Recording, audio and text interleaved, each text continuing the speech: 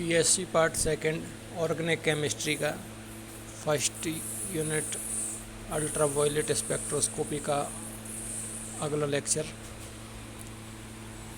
Ultraviolet and visible spectroscopy. देखें, ultraviolet and visible spectroscopy परावैगनी एवं दृश्य स्पेक्ट्रोस्कोपी को संक्षेप में यूवी स्पेक्ट्रोस्कोपी कहते हैं। विद्युत चुंबकीय स्पेक्ट्रम में 190 नैनोमीटर से 400 नैनोमीटर तरंगदैर्ध्य का क्षेत्र परावैगनी क्षेत्र कहलाता है। 400 से 800 नैनोमीटर तरंगदैर्ध्य का क्षेत्र दृश्य क्षेत्र कहलाता है।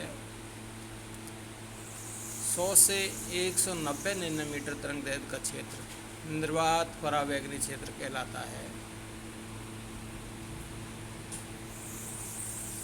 देखें, 100 से 190 नैनोमीटर का क्षेत्र है आपका फार अल्ट्रावायलेट क्षेत्र, जो कि चार्ट में स्पष्ट है। 190 नैनोमीटर से 400 नैनोमीटर अल्ट्रावायलेट रेजिन है एंड 400 से 800 नैनोमीटर विजिबल क्षेत्र है।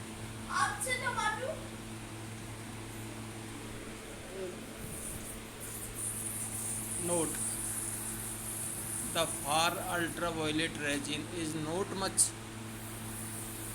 studied due to absorption of oxygen and nitrogen. Far ultraviolet क्षेत्र है वो उपयोगी नहीं है क्योंकि उसमें नाइट्रोजन और ऑक्सीजन गैसें हैं, वो अपना अवशोषण प्रदर्शित करती हैं।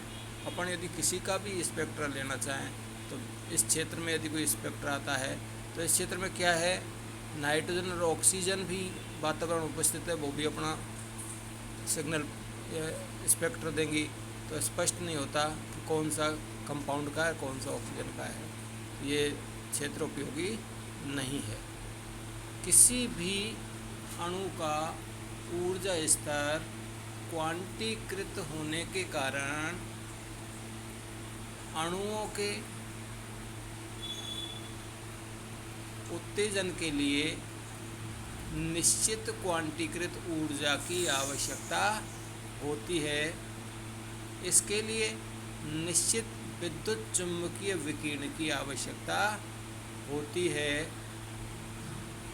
यौगिक द्वारा विकिरण की कितनी मात्रा अवशोषित होगी, यह यौगिक की संरचना व विकिरण की तरंगदैर्ध्य पर निर्भर करती है।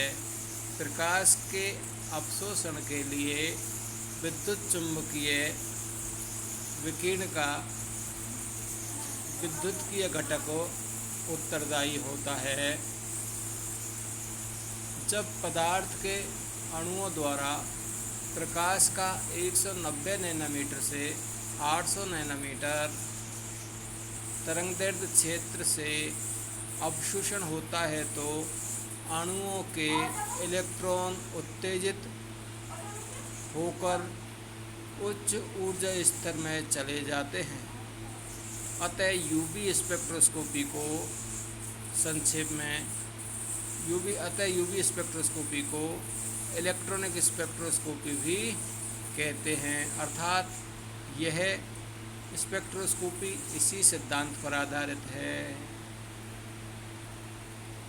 अवशोषित विकिरणों की तरंगदैर्ध्य लैम्बडा व अवशोषणांक, जिस इंग्लिश में कहते हैं एब्जॉर्बेंसी ए, के मध्य आरेख खींचते हैं तो प्राप्त सरल आरेख को यूवी स्पेक्ट्रा कहते हैं।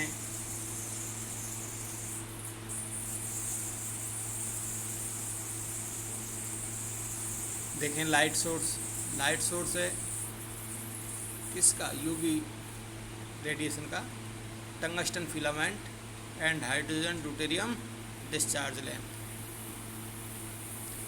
अगला पॉइंट, अवशोषण संबंधी मूल नियम।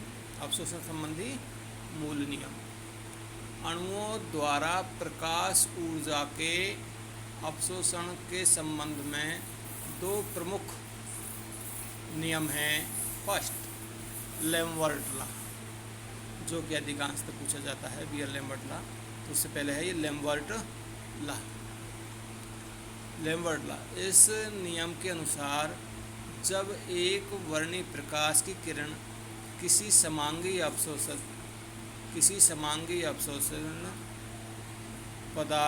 अवशोषित पदार्थ के विलयन से प्रवाहित होती है तो अवशोषक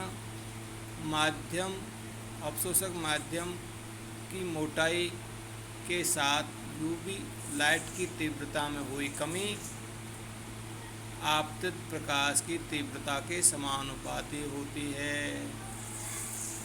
इंग्लिश में देख लें,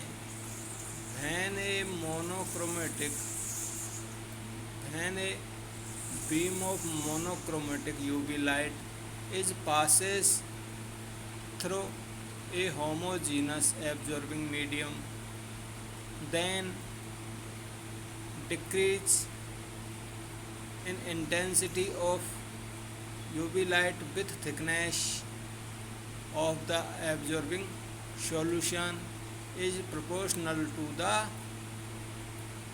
intensity of इंसिडेंट रेडिएशन। अर्थात -di/dx is proportional to I, या -di/dx बराबर ki।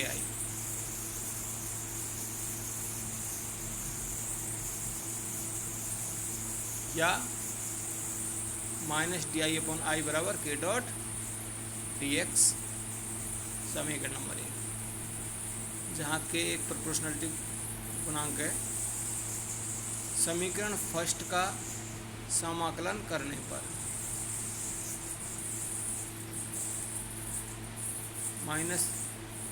-I0 से I माइनस di/i का समाकलन बराबर के समाकलन x बराबर 0 से x बराबर x तक dx समाकलन। इसका समाकलन होता है -ln I/I0 बराबर kx, dx का समाकलन x, या ln I/I0 बराबर माइनस, या ln I/I0 बराबर माइनस kx, दोनों तरफ माइनस से गुणा कर दो तो इधर आ जाएगा माइनस, या ln I0/I बराबर kx। समझ में आ गया होगा। इसको उल्टा कर दिया तो इधर माइनस का निशान हट जाता है। या 2.303 log 10 I/I0, इनिशियल लॉग में था, इनिशियल लॉग I/I0/I बराबर kx, या log 10 में 2.303 log 10 I/I0/I बराबर kx, या log 10 I/I बराबर k बटे 2.303 डॉट x, या a बराबर एप्सिलॉन l,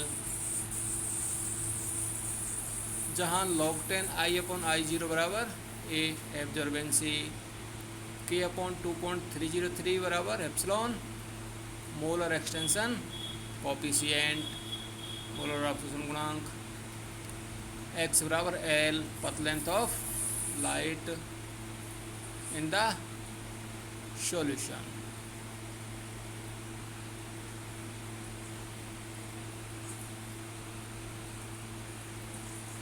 I इंटेंसिटी पारगमन विकिरणों की तीव्रता, मतलब intensity of transmitted light I। I0 intensity of incident radiation, -di/dx बराबर rate of decrease of intensity of radiation with thickness of the absorbing media.